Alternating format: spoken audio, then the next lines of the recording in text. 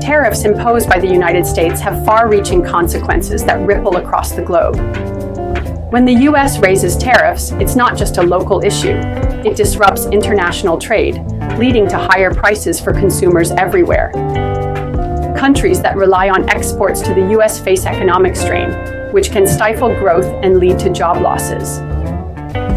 Take the agricultural sector, for instance. Farmers in countries like Brazil and Mexico struggle to compete, resulting in reduced income and investment in their communities. Meanwhile, American consumers pay the price, as everyday goods become more expensive. Moreover, these tariffs can spark trade wars, where countries retaliate with their own tariffs, creating a cycle of escalating tensions. This uncertainty can deter businesses from investing, stifling innovation and economic progress.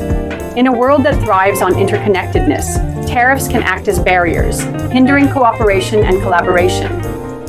The negative impact is clear: a fragmented global economy where everyone loses. Every day, we navigate a maze of thoughts, but lurking within are hazardous mental obstacles that can derail our progress. Rolf Dobelli, in The Art of Thinking Clearly, highlights how cognitive biases cloud our judgment. For instance, the confirmation bias leads us to seek out information that supports our beliefs, while ignoring what contradicts them. This can trap us in echo chambers, stifling growth. Then there's the sunk cost fallacy, where we cling to failing projects simply because we've invested time or money. Recognizing these pitfalls is crucial. It's not just about thinking clearly, it's about thinking wisely. By questioning our assumptions and embracing discomfort, we can break free from these mental traps. Remember, clarity in thought is the first step toward true self-improvement.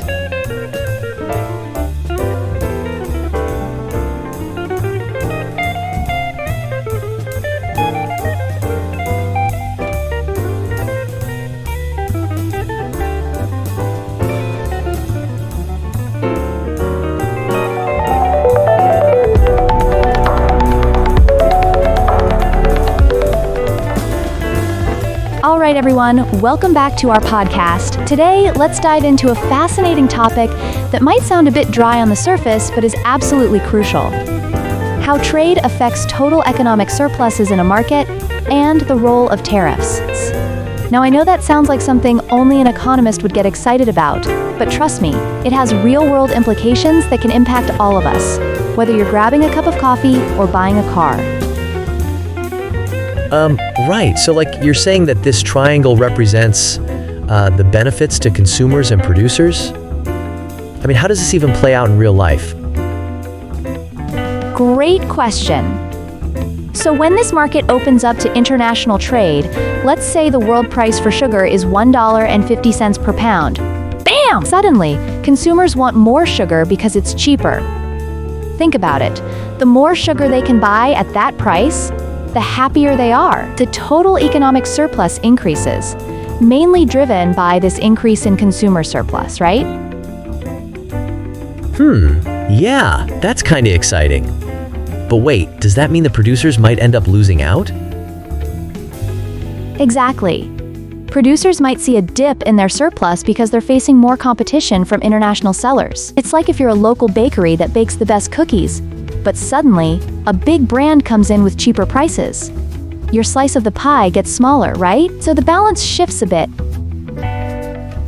Wow, that makes sense. But then you mentioned tariffs earlier. Can you explain how those come into play? What happens when the government imposes a tariff? Absolutely. So, say the government decides to impose a tariff of 50 cents per pound to help those local sugar producers who are feeling the heat. Now, the price of sugar for consumers goes up. They're still consuming more sugar than they did when the market was closed. Still a win for consumers, but here's the kicker. The consumer surplus decreases in comparison to free trade. Okay. So they're paying more, but they're still buying more sugar? That's like if I used to pay $3 for a fancy coffee, and then I get a tax, so I have to pay $4, but I still get my coffee every day because I just times need my caffeine fix, right? Exactly. You're totally on the mark with that analogy. So while the consumers are still consuming more sugar, the increased prices from the tariff means they have less surplus overall. On the flip side, domestic producers see a boost in their surpluses, which is a win for them. Wow, this is so fascinating. What about that revenue you mentioned, though? Like, how does that fit into the picture? Good catch! The revenue from the tariffs. The government makes money off that, which can be used for things like infrastructure or social programs. But there's a downside too. Some of that previous surplus creates what we call deadweight loss. It's money that's lost to the economy. It benefits no one. Oh man, that sounds super inefficient. Is there a situation where instead of a tariff, a government might use quotas or something? Yes. A quota limits the quantity of sugar that can be imported. Think of it as a cap on your favorite dessert. If only a certain number of chocolate cakes can be sold at your local bakery, that might keep prices high, but it could lead to fewer options. In the long run, this could again disrupt that economic surplus we talked about. Crazy! It's like playing a game where the rules keep changing. So, in summary, it's a balancing act between consumers, producers, and government, right? Absolutely. And navigating that balance is key for a healthy economy. So there you have it, folks. Economic surplus, tariffs, and quotas playing their roles like a well-rehearsed dance, but sometimes tripping over their own feet. I love it! This has been so enlightening. I can't wait to tell my friends about the dance of economics.